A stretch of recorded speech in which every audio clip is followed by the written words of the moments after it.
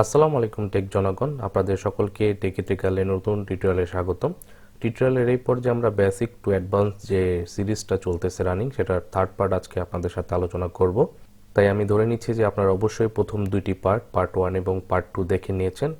যদি দেখে থাকেন তবে এই ভিডিওটি আপনি খুবই ইজিতে বুঝতে পারবেন, আর যদি না দেখে থাকেন তবে অবশ্যই ওই ভিডিওগুলো দেখে নিন, দেন আপনি এই ভিডিওটি দেখুন।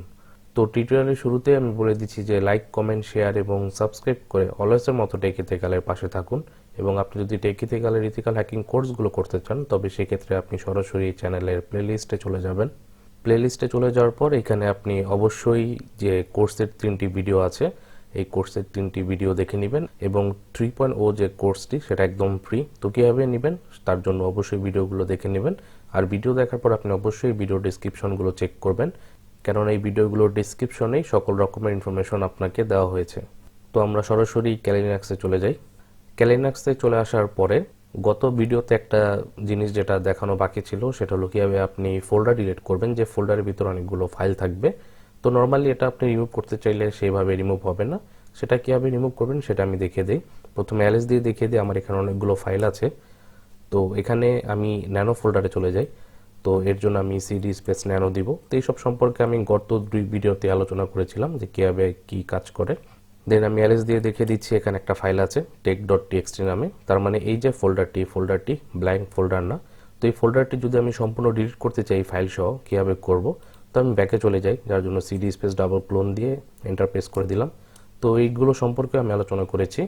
তো যদি এখন আমি এই ফোল্ডারটি ডিলিট করতে চাই, ন্যানো নামের ফোল্ডারটি, তবে আমি সিম্পলি টাইপ করব rm space -rf space nano. তো আমি এটা কেন লিখলাম? তো আমার রিমুভের জন্য তো শুধুমাত্র rmই ছিল, কিন্তু এখানে দুইটি এক্সট্রা কমান্ড যুক্ত হয়েছে -rf, কেননা এটার ভিতরে যদি কোনো ফাইল থাকে তবে সেগুলো সহ ডিলিট হয়ে যাবে। তো এই কমান্ডটা দিয়ে যদি আমি সিম্পলি এন্টার প্রেস করি তবে দেখবেন এই ন্যানো নামের যে ফোল্ডারটি আছে, যেটার ভিতরে কিছু ফাইল ছিল, সেটা ডিলিট হয়ে গিয়েছে। তো আমি আবার এলএস দিয়ে দেখিয়ে দিই, অর্থাৎ লিস্ট এলএস দিয়ে দেখিয়ে দিচ্ছি। দেখুন এখানে কোনো ন্যানো নামের ফোল্ডার নেই। তো এইভাবে আপনারা কোনো ফোল্ডারের ভিতরে যদি ফাইল সহ থাকে সেগুলো আপনি একসাথে ডিলিট করতে পারবেন। এখানে আরেকটা জিনিস আমি আপনাকে দেখিয়ে দিই। এই যে দেখুন একটা ফোল্ডার আছে, ফোল্ডারের নামটা অনেক বড়। তো এখন কি আপনি কষ্ট করে এই সম্পূর্ণ নামটি কপি পেস্ট করবেন বা টাইপ করবেন? না, আপনাকে এটা করতে হবে না। আপনি যদি এরকম কোনো বড় ফোল্ডারের নাম লিখতে চান তবে জাস্ট আপনি সিম্পলি এই যে ফোল্ডারের প্রথম 1 বা 2 অক্ষর লিখবেন। তো আমি 2 অক্ষর লিখে দিচ্ছি। দেন যদি আমি ট্যাব বাটনে প্রেস করি, আপনার কিবোর্ডে যে ট্যাব বাটনটি আছে সেটাতে যদি আপনি প্রেস করেন তবে দেখবেন এই যে ফোল্ডারটি আছে এই ফোল্ডারের সম্পূর্ণ নামটি চলে আসছে। তো এইভাবে আপনি খুব ইজিতে সম্পূর্ণ ফোল্ডারের নাম টাইপ করা ছাড়াই এই সকল ফোল্ডারের নামটি একসাথে পেয়ে যাবেন। তো আমি টার্মিনালটা ক্লিয়ার করে দিই। আমি টার্মিনালটা ক্লিয়ার করার জন্য সিম্পলি টাইপ করব ক্লিয়ার। তো পর্বের এই পর্যায়ে আমরা একে একে কিছু জিনিস নিয়ে আলোচনা করব। সেগুলো হচ্ছে, আপনি যদি টার্মিনালের মাধ্যমে ডেট দেখতে চান, অর্থাৎ আজকে কত তারিখ, সেটা যদি দেখতে চান তবে আপনি সিম্পলি টাইপ করবেন ডেট, দেন এন্টার প্রেস করবেন, এটা আপনাকে ডেট দেখিয়ে দিবে। আর যদি আপনি ক্যালেন্ডার দেখতে চান তবে জাস্ট আপনি সিম্পলি টাইপ করবেন ক্যাল, এন্টার প্রেস করবেন, তবে এটা বর্তমান যে মাস এবং যে তারিখটা সেটা আপনাকে শো করে দিবে। এখন আপনি যদি পূর্বের কোনো ক্যালেন্ডার দেখতে চান, যেমন আমি যদি দেখতে চাই 2019 সালের ক্যালেন্ডার, তবে কীভাবে দেখব? ক্যাল লিখে স্পেস দিয়ে 2019 লিখে জাস্ট আমি এন্টার প্রেস করে দিব, দেখব 2019 সালের সম্পূর্ণ ক্যালেন্ডার চলে আসবে। তো এইভাবে আপনি খুব ইজিতে ডেট এবং ক্যালেন্ডার ইউজ করে আপনার পছন্দ মতো তারিখ ফাইন্ড করতে পারেন। আমি টার্মিনালটা আবার ক্লিয়ার করে দিই। তো এখন একটা জিনিস আমি আপনাকে দেখিয়ে দিই। আপনার যে ক্যালিনাক্সের যে অপারেটিং সিস্টেমটি আছে সেটা আপনি যখন ব্যবহার করবেন তখন দুইটা ইউজারে আপনি ব্যবহার করতে পারেন, একটা হলো রুট ইউজার আর একটা হলো নর্মাল ইউজার। তো ইউজার কীভাবে ক্রিয়েট করবেন সেটা তো আমি গত ভিডিওতে দেখিয়ে দিয়েছি পার্ট 1-এ। তো এখানে খেয়াল করুন, আপনি এখন বর্তমানে রুট ইউজারে আছেন, কেননা এই যে মার্কটি আছে দেখতে পাচ্ছেন, জানি না এই মার্কটার নাম কি। এই মার্ক থাকা মানেই আপনি এখন রুট ইউজারে আছেন। তাছাড়া যদি আপনি দেখতে চান তবে জাস্ট আপনি সিম্পলি টাইপ করবেন হু এম আই। এটার নামে একটা ভালো মুভিও আছে, আপনারা চাইলে সেটাও দেখে নিতে পারেন। জাস্ট আপনি হু এম আই টাইপ করে এন্টার প্রেস করুন, দেখবেন আপনি যে ইউজারে এখন বর্তমানে আছেন সেটা আপনাকে দেখিয়ে দেবে, অর্থাৎ রুট ইউজার।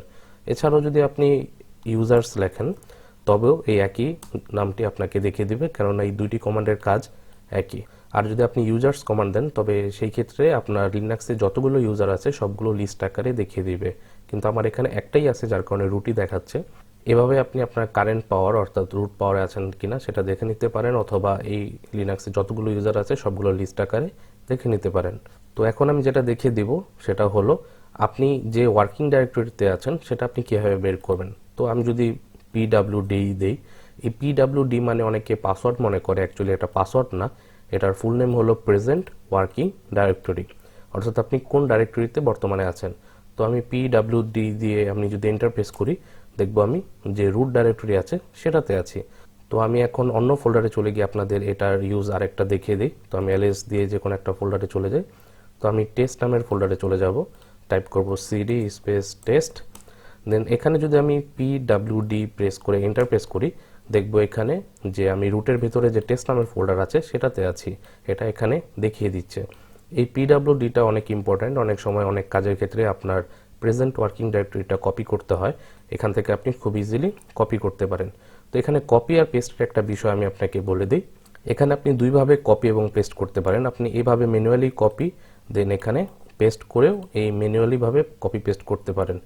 তো এইভাবে যদি আপনি ম্যানুয়ালি না করতে চান, কারণ আপনি যখন টার্মিনালে কাজ করবেন তখন বারবার মাউস ধরা আমাদের সবার পছন্দ না, তো জাস্ট আপনি সেটা সিলেক্ট করবেন।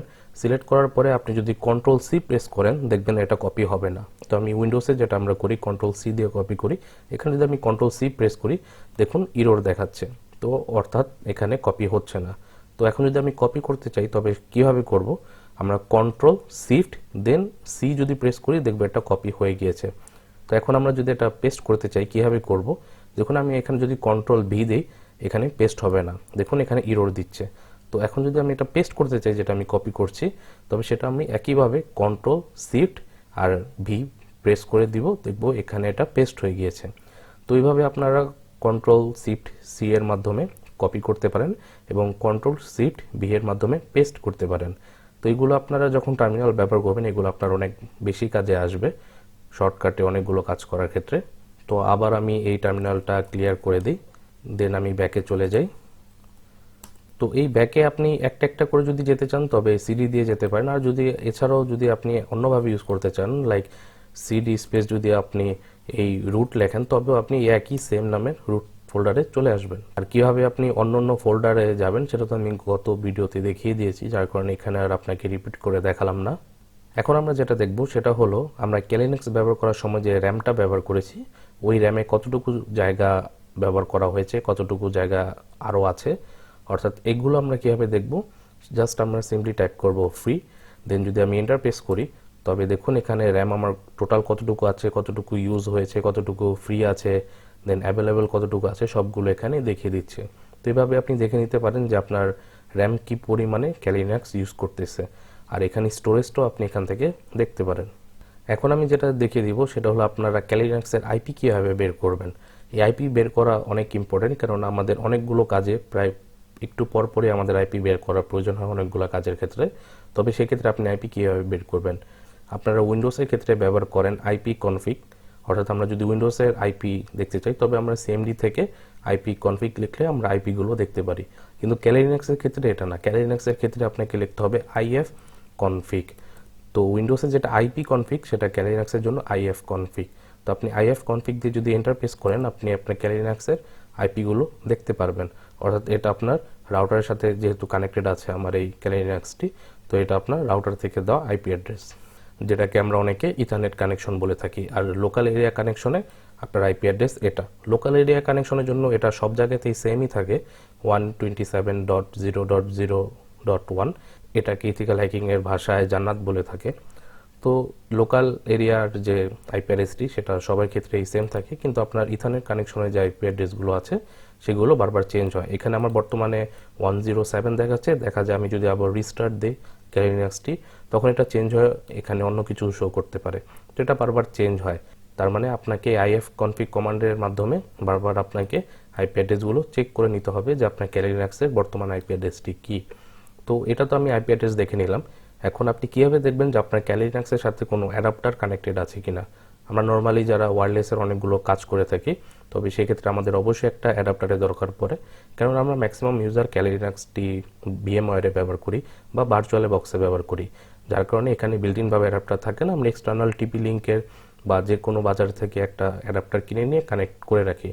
তো যদি আপনি আপনার অ্যাডাপ্টার কানেক্টেড আছে কিনা সেটা যদি দেখতে চান, তো সেটা কীভাবে দেখবেন, তার আগে আমি টার্মিনালটা আবার ক্লিয়ার করে দিই।